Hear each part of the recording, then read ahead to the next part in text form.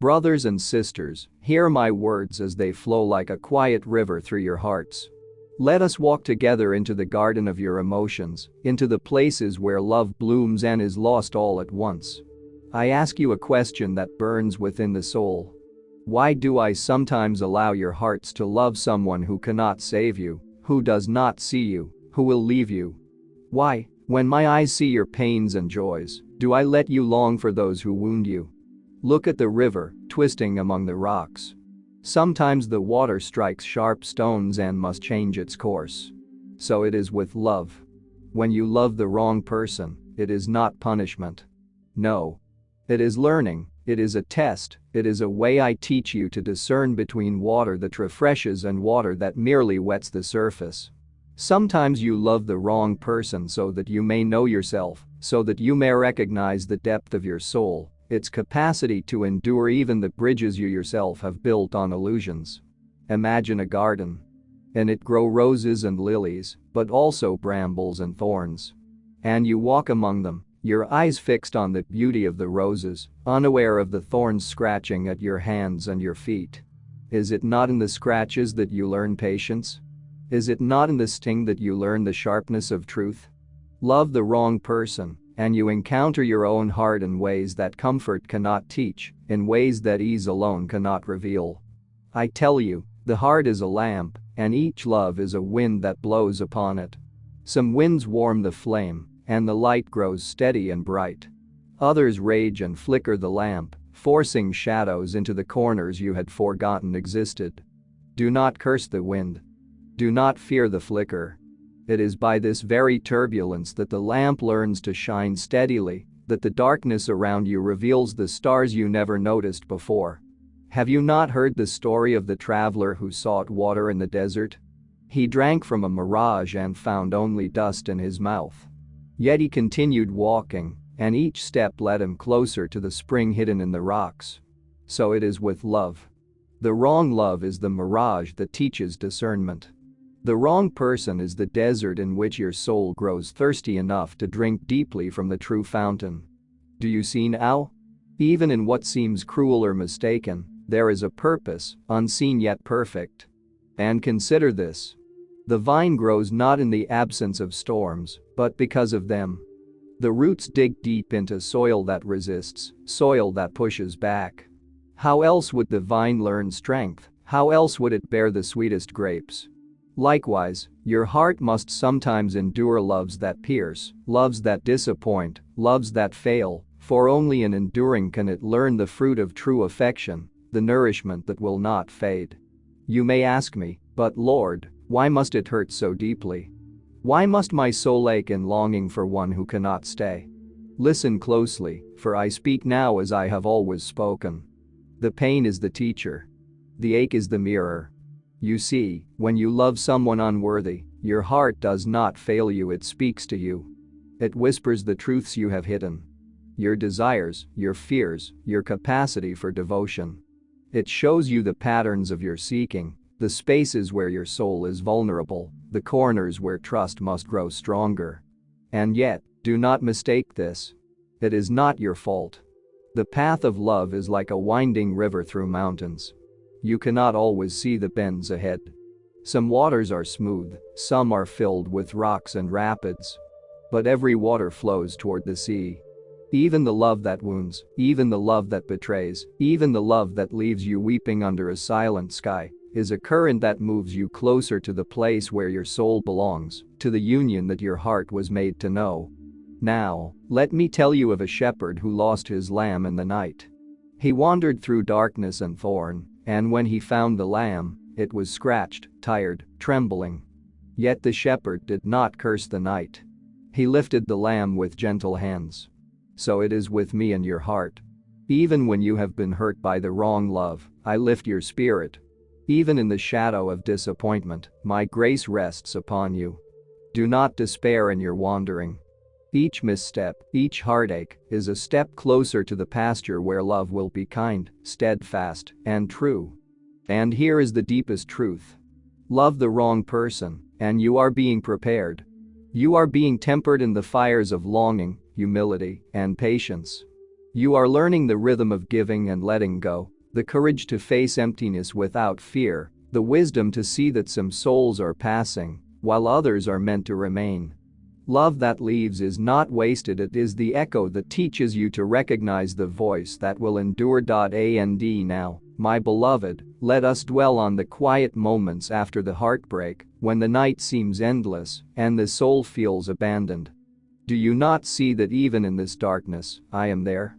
Do you not feel that the emptiness you clutch is not a punishment but a vessel? The heart must be emptied of illusions before it can be filled with truth. Sometimes you love the wrong person so that you may learn what is not enough, what cannot satisfy, what cannot sustain. Only then can you recognize the love that is whole, the love that mirrors the divine steadiness of the heavens. Consider the potter shaping clay upon his wheel. The clay is pliable, but the potter spins it fast, presses it, sometimes even lets it collapse, so that it may be reshaped. So too, your heart, when it loves incorrectly, is being molded. The mistakes, the missteps, the tears, they are not signs of failure, but marks of your formation. Would you rather be a smooth vessel, untested, that breaks when the first heat touches it?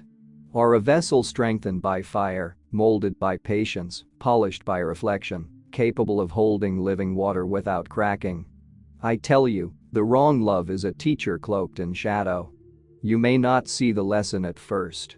You may cry out in confusion, "Why did this have to happen to me?" But if you will listen with the stillness of your spirit, if you will lean into the ache instead of fleeing it, you will hear a voice deeper than sorrow, a voice that whispers, "Prepare yourself. Learn. Grow. Be ready." Every wrong love is a crucible. Every wrong person is a mirror held before you, showing the patterns of your longing, the habits of your heart, the blind spots that must be revealed before you can truly walk with another soul in harmony. Now, imagine a child walking barefoot across a field of stones. Each step causes discomfort, sometimes pain, sometimes blood. Would you scold the child? No. You would guide them, show them the path, help them understand which stones are safe, which are sharp. So it is with the soul. The mistakes of love are the stones in the field. Each one hurts, yes, but each one teaches carefulness, discernment, and strength. I do not let you fall to harm you, I let you fall to help you rise wiser, more whole, more capable of seeing the light of love when it finally comes. And you may ask, "Lord, if you are with me, why not remove the thorns? Why allow the pain?"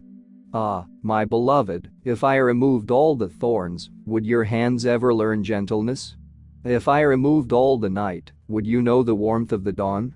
If I removed all error and disappointment, would your heart ever recognize the depth of what is true? No. The challenges, the wrong loves, the heartbreaks, they are the dark soil from which the most fragrant blossoms of love will arise. Without them, you might never know how to treasure what is real. Remember the story of the vineyard. The gardener plants many seeds, yet some do not grow as expected. Some are choked by weeds, some wither under the sun, some are devoured by birds. Does the gardener abandon the vineyard? No. He tends the soil, removes the weeds, nourishes what survives. So too, I tend your heart. I do not abandon you to grief or misfortune. Even when your spirit is bruised, I am working in unseen ways, pruning what is false, preparing the soil of your soul to bear fruit that will endure. And think of the stars. They are born in the darkness of collapsing clouds, formed in pressure and fire, and only then do they shine with a light that can guide sailors across oceans. So it is with your heart. The loves that wound, the loves that betray, the loves that vanish, they are the darkness in which your inner star is forged. You will not shine without this shaping. You will not guide others without first having been lost yourself. Do you see? The pain is not absence, it is presence in disguise. The loss is not void, it is preparation. There is a sacred rhythm in all this. Longing, disappointment, reflection, and finally recognition. You long for what is false. You are disappointed when it fails. You reflect, and in reflection, your heart grows in wisdom. And then only then can you recognize what is worthy, What is steadfast? What mirrors the love I hold for you eternally? Patience, my beloved, patience. The heart must learn the difference between what passes and what endures. The wrong love is the tutor. Your suffering is the classroom. Let me speak now of the gentle power of release. You may clutch the wrong person as though letting go would destroy you. But hear me. Letting go is not abandonment. Letting go is faith. Letting go is a declaration that your heart is not for destruction but for life. When you release the one who cannot stay, you make room for the one who will endure. And in the act of release, you are not weakened, you are strengthened. You learn to love without possession, to give without expectation, to trust without fear. And finally, remember this. Love is never wasted. Even when it is unreturned, even when it is unrecognized, even when it shatters your illusions, love leaves a mark. It teaches empathy. It deepens your capacity for joy. It trains your spirit to see beauty, even in imperfection. So when you find yourself weeping for one who is not yours, weep freely. When your heart aches, let it ache. Do not resist. I am with you in the tears, in the silence, in the questions that have no answers yet. Every sigh, every longing, every wound is a thread in the tapestry of your soul, woven with care, destined to reveal a pattern you cannot yet see. And now, my beloved, let us turn our gaze toward the quiet wisdom hidden in your sorrow. Do you not see that the heart, when it aches for one who cannot stay, is being refined like gold in the fire? Each pang, each longing, each sleepless night is a hammer shaping you, a flame tempering your soul. Would you have known such depth without this trial? Would you have recognized the courage, the patience, the capacity to forgive without this lesson? No, my child, these trials are not cruel, they are the hands of love, molding you for what is yet to come. Consider the wind that bends the branches of the tree. At first, you may curse this storm, and yet, when the winds pass, the branches are stronger, the roots deeper, the tree more resilient. So it is with your heart. The love that leaves you shattered is the storm that strengthens your inner life. It teaches you the language of longing, the music of patience, the poetry of endurance.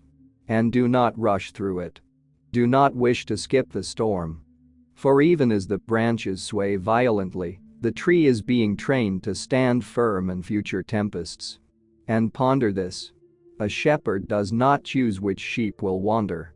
Some stray into thorned brambles, some follow false calls. Yet the shepherd knows each path, each misstep, each stumble. So it is with your soul. I do not orchestrate suffering for cruelty, nor do I abandon you to chance. Each encounter, each misled affection, is part of a greater weaving, a tapestry of your life that only I can see in full. And you, though you cannot yet see the design, are walking the path I have prepared, learning what your heart is capable of carrying, learning what it is ready to receive. Have you not noticed how rivers carve valleys? They do not rush recklessly, nor do they choose an easy way. They meet stones, endure obstacles, sometimes dry into trickles, sometimes flood the plains. Yet slowly, persistently, they shape the land. So too does love shape your heart. The wrong love does not erase your spirit. It carves patience, resilience, and discernment into it. It teaches you the subtle art of knowing what nourishes your soul and what leaves it parched. And when you are finally ready, the true love will flow into your life as a river, guided by the lessons you have learned, gentle yet unstoppable. Imagine, my beloved, a painter before a blank canvas. Some strokes are wrong, some colors clash, some lines seem to ruin the whole picture. But the painter does not despair. He steps back, adjusts, reworks, and in the end, the painting reveals a beauty that could not have existed without every misstep. So it is with the loves you regret, with the hearts that do not belong to you. Each heartbreak is a stroke on the canvas of your life, each tear a hue that enriches the whole. And though it may not look clear now, I promise you, the painting is beautiful. And consider the seed, buried in the darkness of the earth. It does not bloom without struggle. It pushes against soil, battles decay, waits patiently through cold nights and rain. Only then does it emerge, breaking through the surface to greet the sun. So too, the love that wounds prepares you. It pushes you to grow through resistance, to reach toward what is light, to emerge into understanding and joy. Do not fear the darkness, for it is the birthplace of your strength, the crucible of your readiness, the preparation for the love that will honor you fully. You may ask, Lord, how do I know when I am ready? I tell you this. Readiness is not a sign from without, but a knowing from within. It is the quiet in your soul, the moment when longing transforms into calm anticipation, when your heart aches no longer for what cannot stay, but opens fully for what is true. The wrong loves guide you toward this readiness. They are not enemies, but guides. They are not punishments, but teachers.